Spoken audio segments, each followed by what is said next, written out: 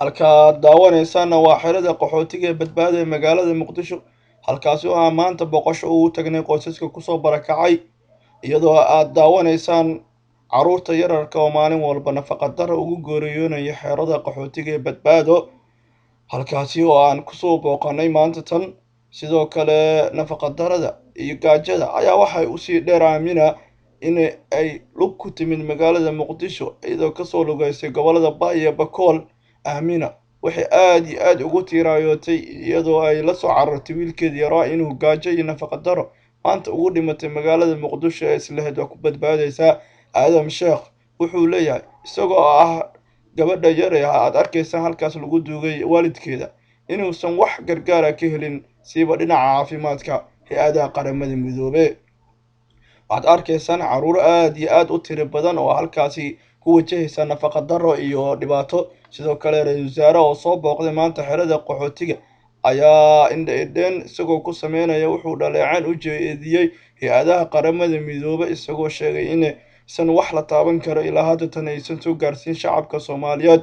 ra-iisul wasaaraha ayaa markii uu halkaas soo indheeyey shir jaraa'id ku qabtay ayaa wuxuu sheegay in uu aad iyo aad ugu fajacay ra-iisul wasaaraha oo u mahad celiyey gaar ahaan wadamada carabta isagoo sheegay inay kaalmooyin soo gaarsiiyeen inkastoo ay xadidanta kaalmooyinka ay soo gaaray dowladda soomaaliya.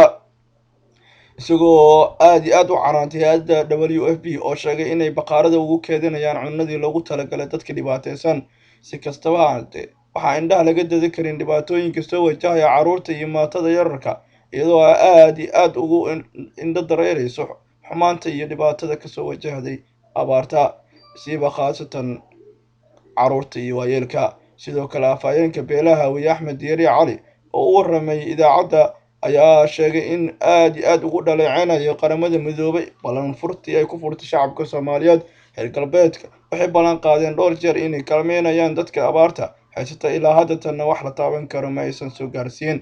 si kastaba ha aatee dhibaatada ayaa aad iyo aad u saameysay gebi ahaan koonfurta soomaaliya oo ay roobab ka da-een xilligii loogu talagalay, waxaana aad iyo aad dhaleeceen caalamka u jeeday qaramada midoobe iyadoo aysan wax la taaban karo ilaa haddatan sheegin. samiir axmed, al jazeera.